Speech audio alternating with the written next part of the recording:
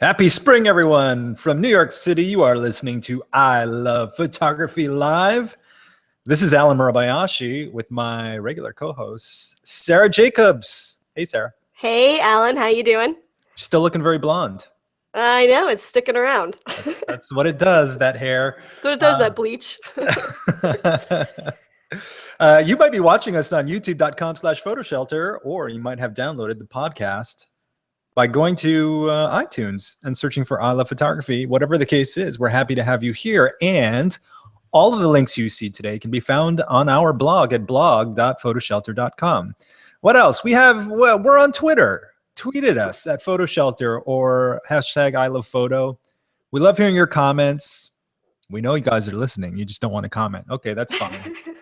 We got a lot to talk about today. And let's start off with some nice awards that we've seen here. Chris Hondros, if you know anything about documentary photography, you probably know the name Chris Hondros, who was killed 4 years ago. I can't believe it's been that long. But Chris was tragically killed 4 years ago. And there have been a lot of interesting things. You know, he was a really, really cool, nice guy, young guy in his mid to late 30s, if I remember correctly.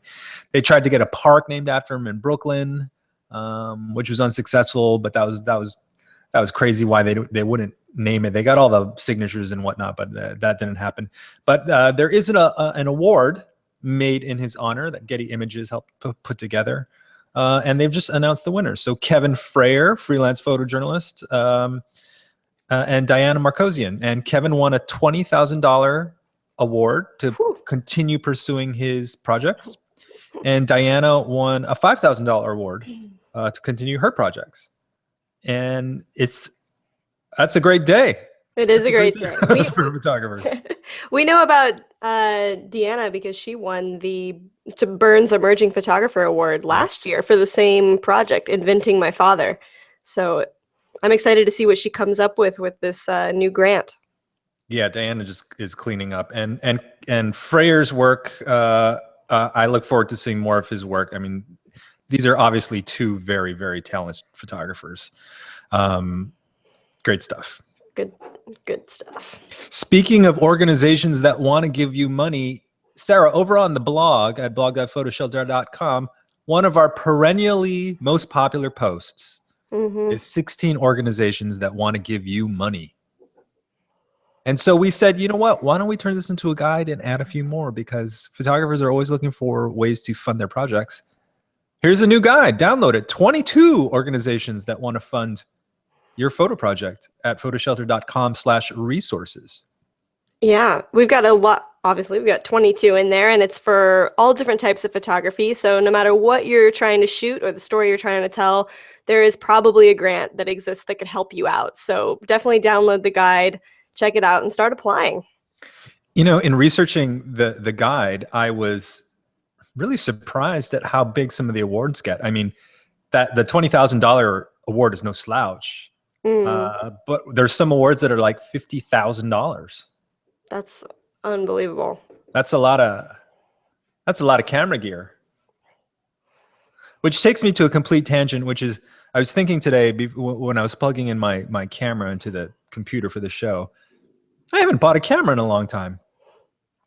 What do you own now? What do you shoot with now? Well, I have my Nikon D4 and my Nikon D800, and then my Sony RX1, which is kind of my go-to camera because of the weight.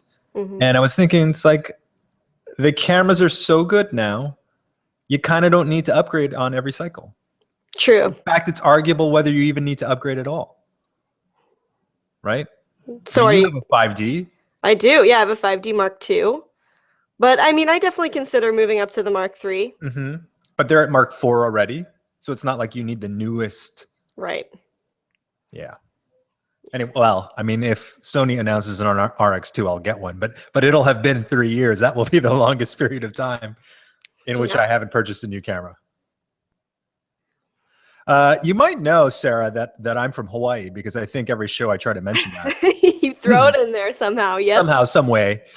You might also know that I went to Yale, because I think every other show I try to mention that. Yep.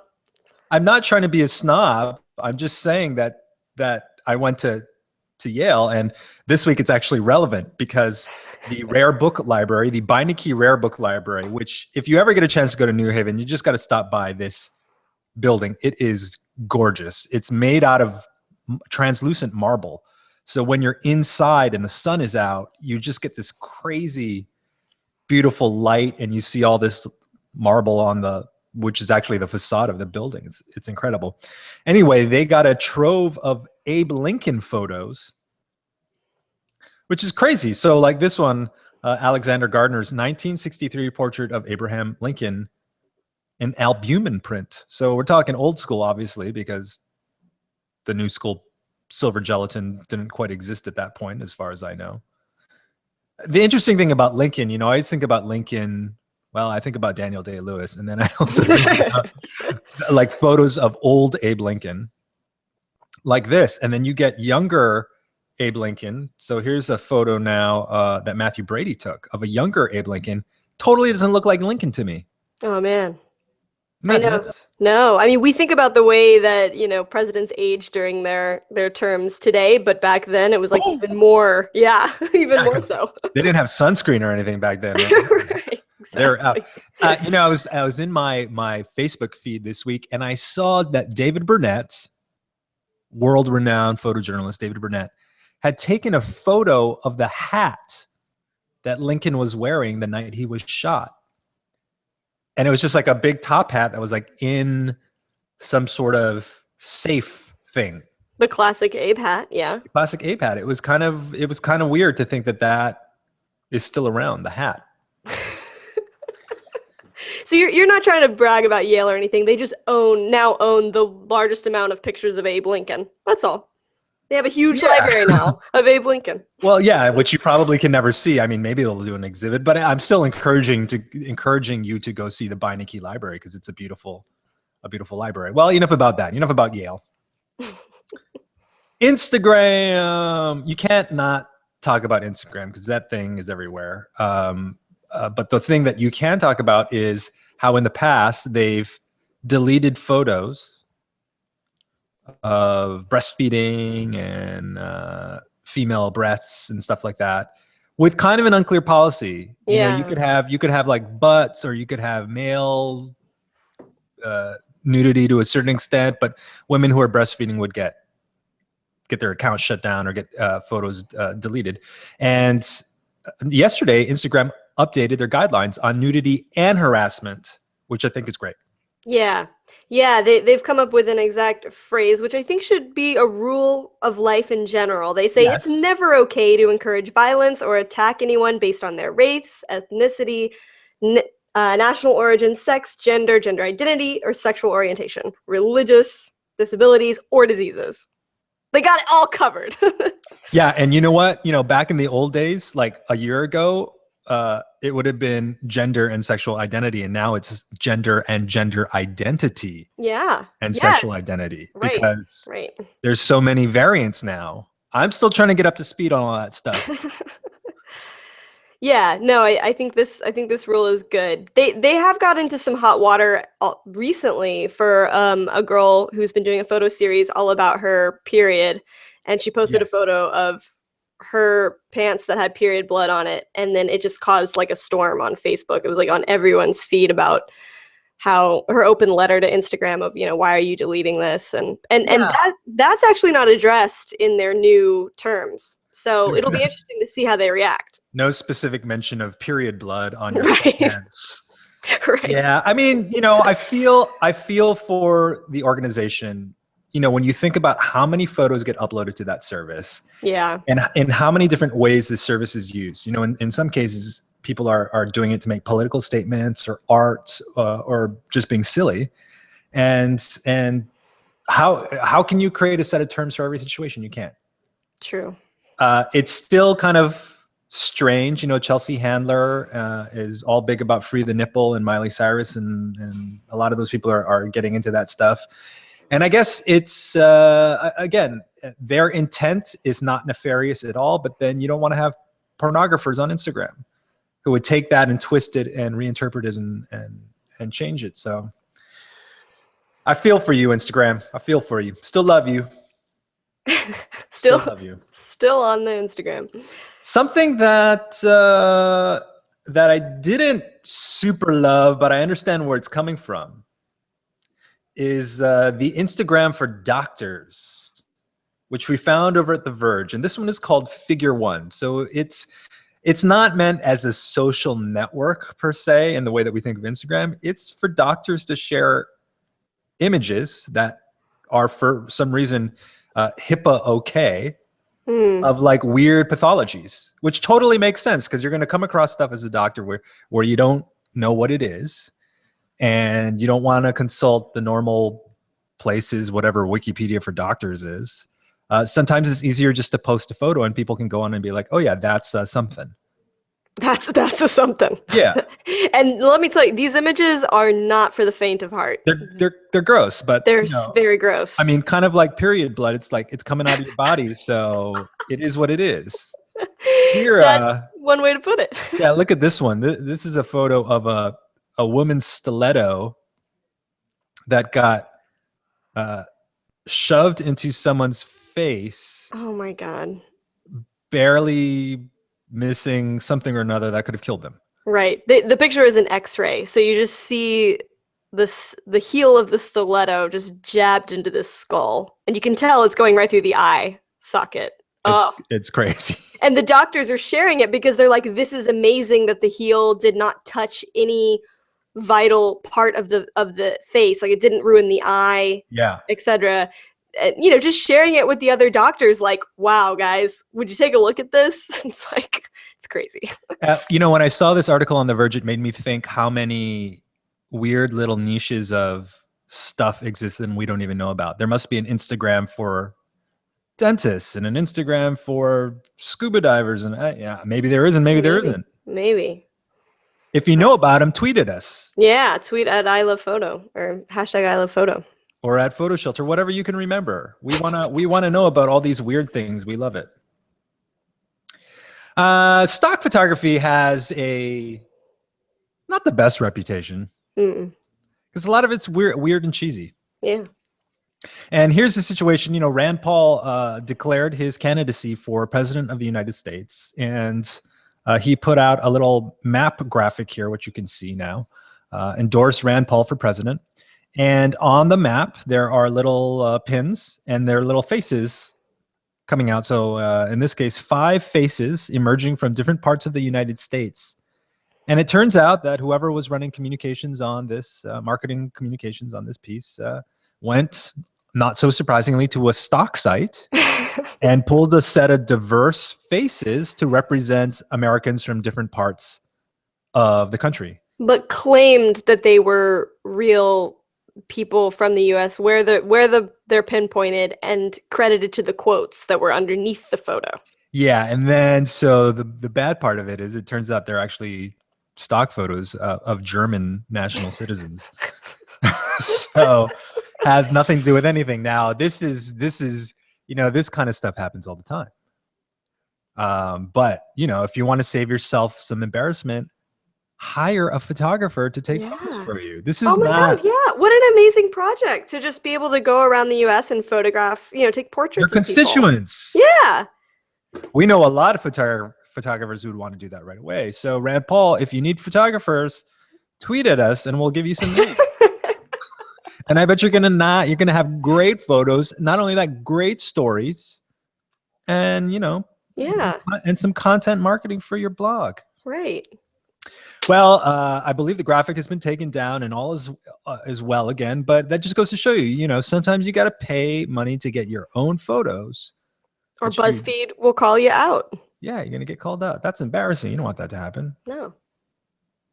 Our good friend Robert Seale has been photographing athletes in the Houston area for some time.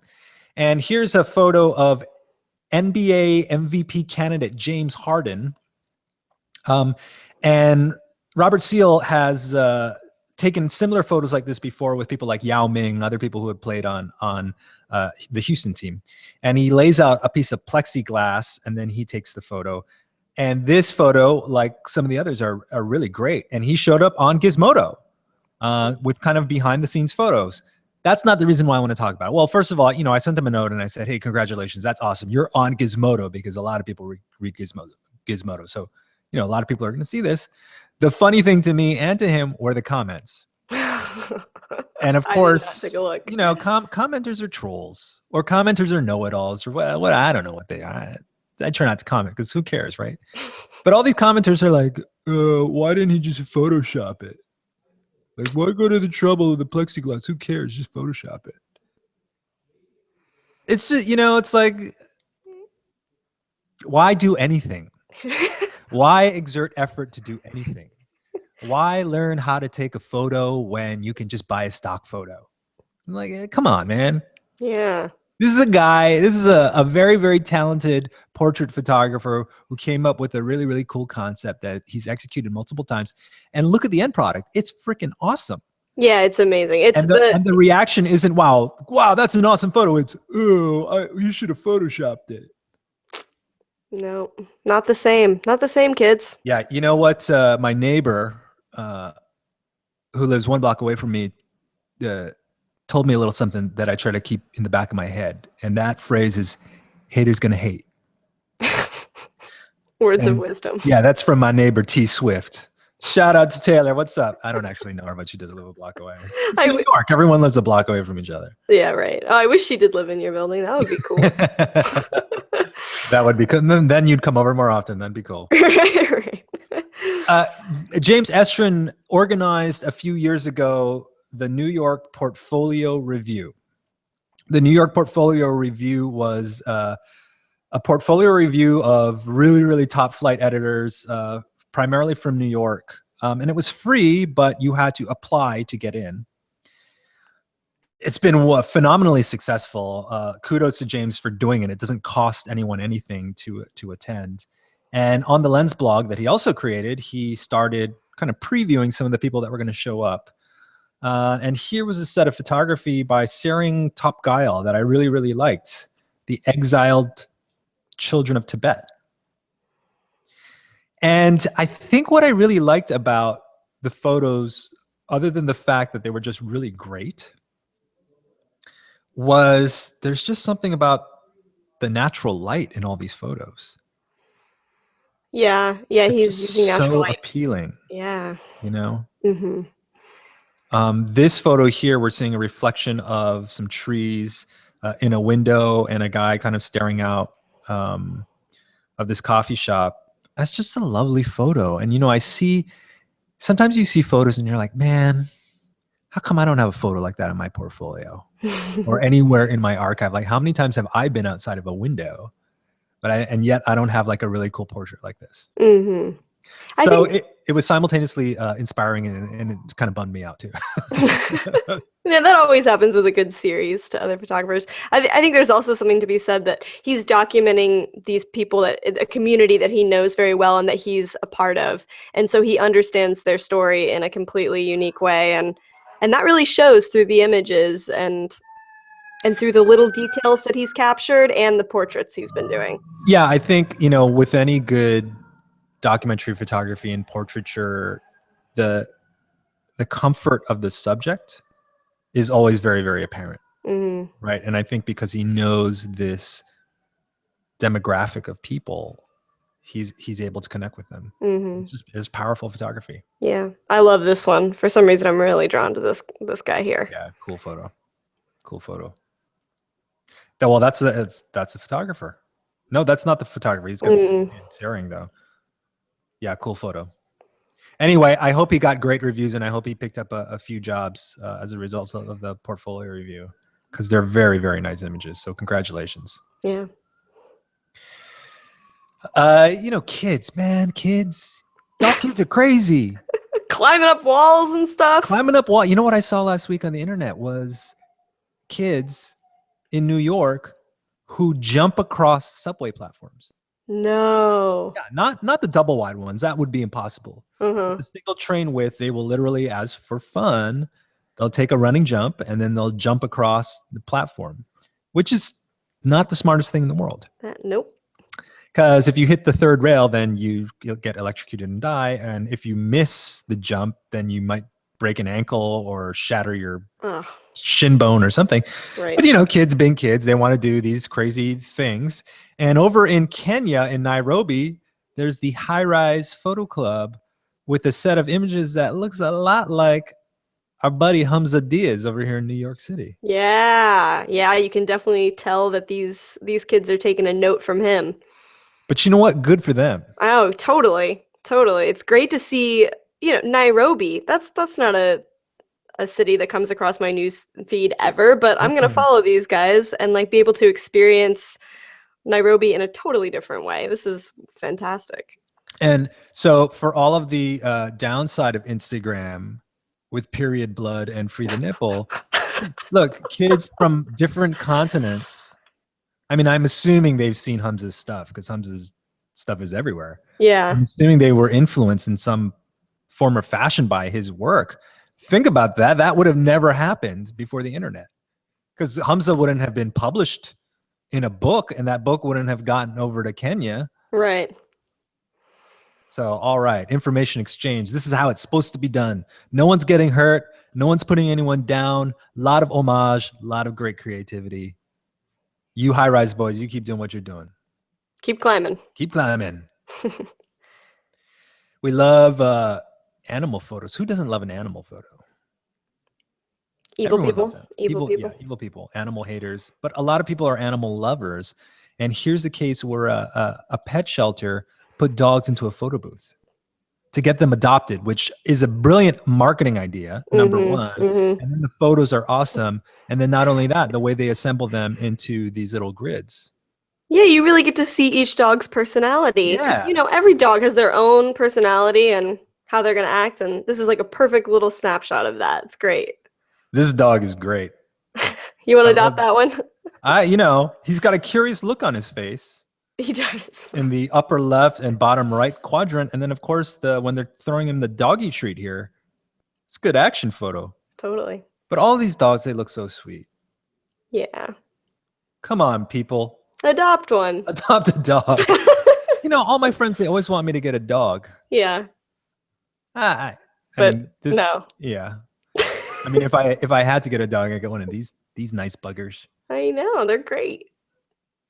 We always love to end on a fun note. And just when you thought there weren't enough social media apps and communities and whatnot, over on Fast Code Design, there is another social media app called Kong. And Kong is it's a selfie social media platform. Oh my gosh. And, you know, I'm always curious because I like to know what the kids are doing nowadays. And, you know, I've talked about Yik Yak a lot. Yeah. Let me tell you about Yik Yak. No. So I'll tell you about Yik Yak again. Yik Yak is a geographic kind of anonymous message board.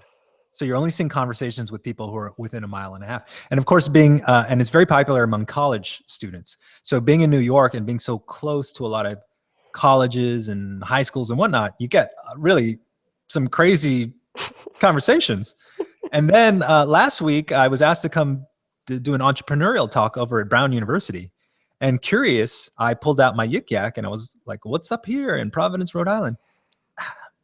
No offense to Brown, since I'm a Yale man, but that was kind of boring. It wasn't a whole lot. It was kind of like, studying for my midterms. Anyone want to get a coffee? And you get much more lascivious conversation in New York. But that has nothing to do with Kong. Let me tell you about Kong. So Kong, it's segmented into different hashtagged channels.